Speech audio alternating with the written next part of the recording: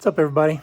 Ben here. I haven't done a blog update in a little while, so I thought I might take this opportunity to tell you about a few things that we've been doing around the shop. Just so happens that I got things kind of halfway cleaned up and organized because I had a going away party for my son tonight.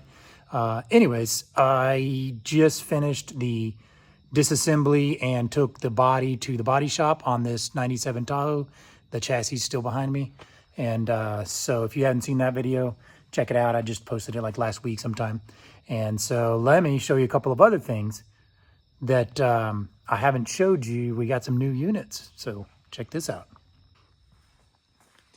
So for the Tahoe, you might have seen in the background of the video, I got this is a 2021 Camaro SS engine and transmission. So this is the LT1 6.2 liter naturally aspirated V8 and a 10L80 10L80 transmission. So 10-speed transmission, automatic. So that is what is going to be the beginning of the powertrain for this Tahoe. Here's the bare chassis just stripped sitting here. Still got a pile of junk over here, and I got parts everywhere, just stuck all over the place for this thing. I need to work some more on different things, the harness and stuff. Let's see what I do. There's the harness. I got the harness under there. I got to dissect that some. So anyways, so check this out. Was in Fort Worth. My son's moving to Fort Worth, and I was there about a month ago and went by a local dealership there. I think it's in Irving. It's called Hot Rides. Anyways, and they had a Chevy SS, and this is a 2016, and it has a few bolt-ons, and it's a manual, so that's the main reason I bought it. I've already tinted the windows. When I got it, it was a fishbowl, so I did go ahead and tint the windows. So that's a cool new one, and it fits in right here with the rest of the American Muscle that we have right now. And then also at the same dealership, I picked up this. It's a 2024 Nissan Z. I've had my eye on the Zs for a while. I guess they came out, 23 was the first year model. I don't know. And you don't see them very often. You don't see them around much. So it took me a while to really nail down, one, and they're pretty expensive new. So got this one used. It has some tasteful mods, basically exhaust and tune, and not much else, but it's a manual also. So these are hard to find in manual. Lots of automatics out there, of course. And I think the automatic is a better choice for this car. I've driven both, but I just want manuals. So if I can buy manuals, I'm buying manuals. And so anyways, got those two cars. That's a nice addition. And you've probably heard me say before that pearl white is not my choice of color, really on any car besides like a luxury car. I just don't think it's sporty. But my GTR that I traded into is pearl white, and with black accents. And so when I saw this Z that was the right spec, it's a performance manual. If it wasn't, I don't hate the color, but I don't love the color. I wanted like blue or gray or something. But if I didn't have a GTR that was similar, I wouldn't have got it. So when I bought it, I thought it was the same color because I had kind of researched a little bit, and turns out they're not. So they're really close, but they are not the same color. In the daylight, my GTR looks dirty compared to the Z because the Z is a little bit purer white. I'll get some pictures here, or I'll show you some video for in the morning.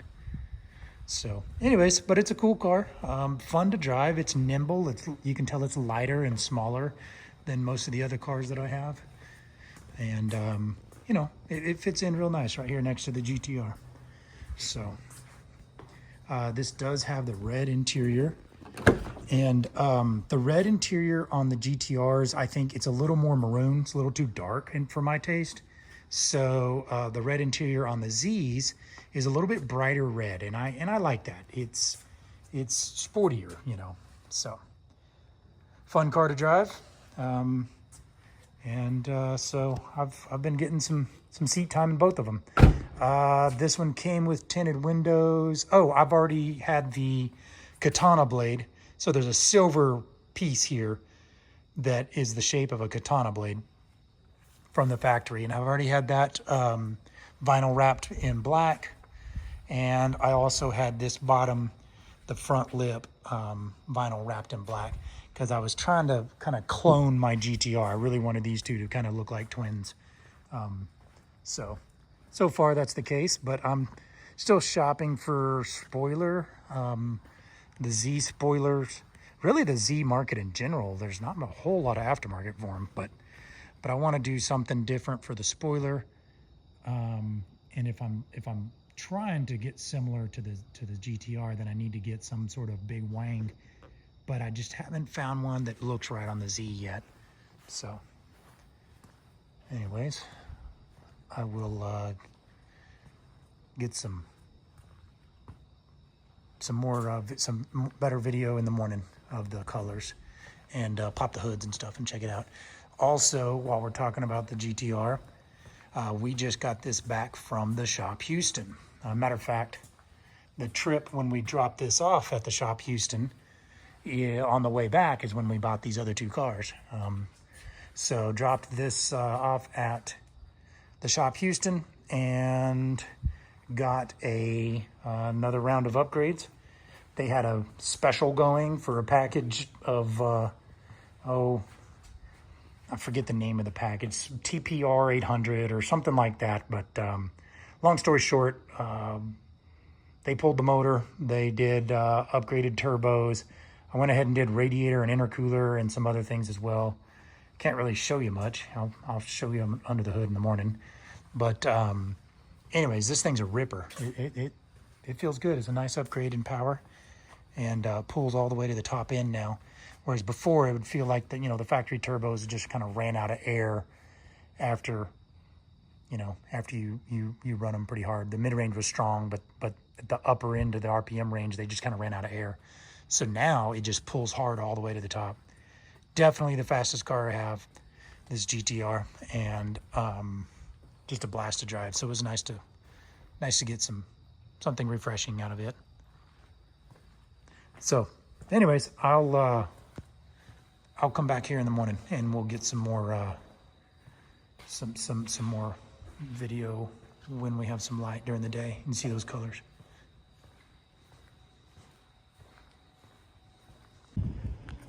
All right, so here we are in the morning. You can tell that the Z, the 2024 color from Nissan Pearl White, is a little bit whiter than this 2015 color Pearl White. So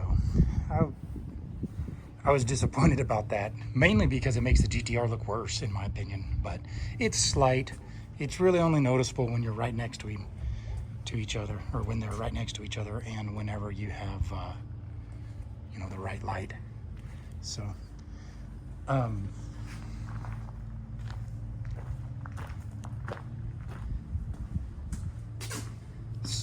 I love the rear end of these Z's. I think it looks super cool.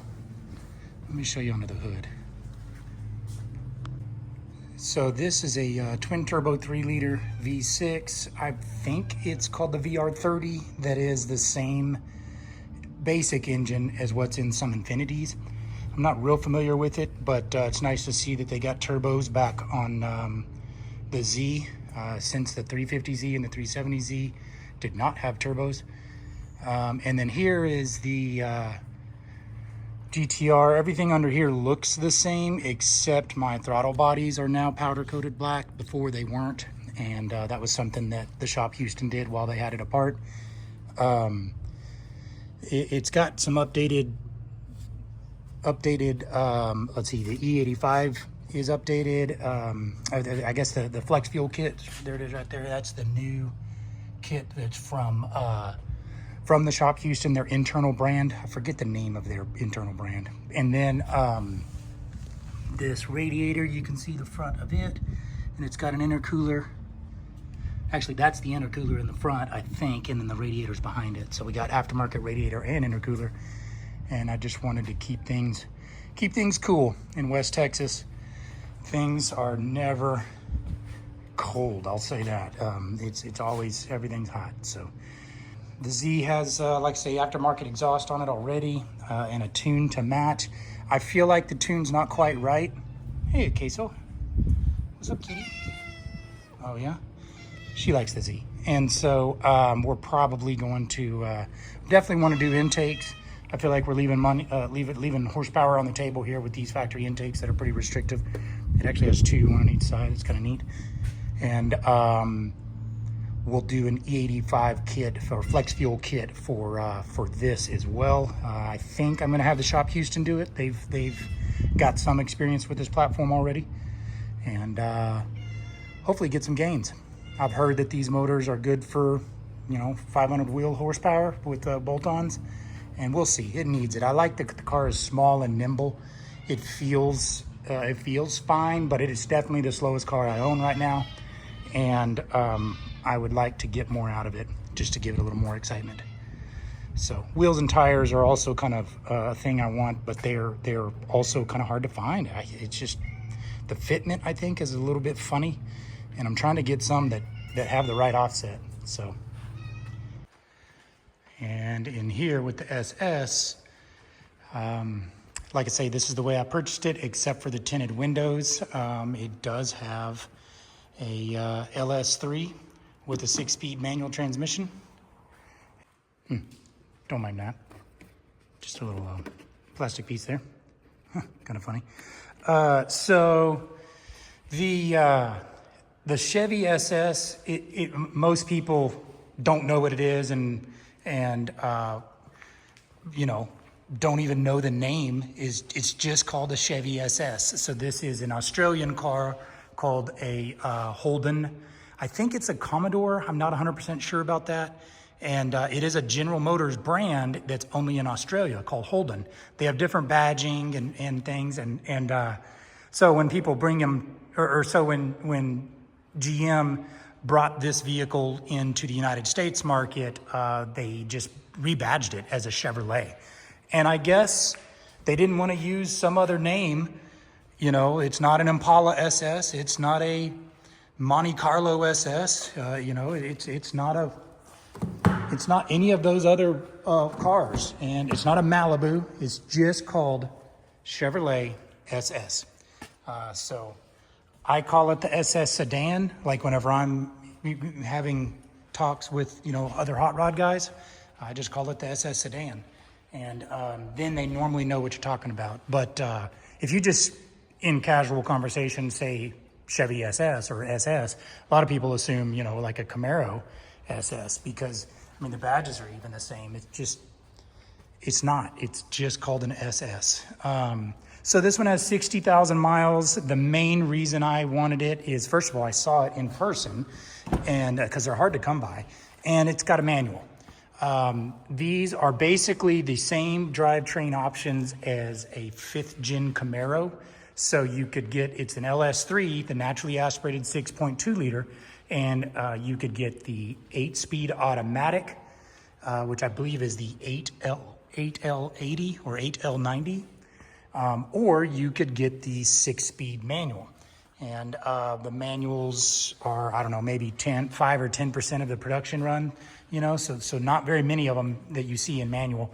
And I really like this color.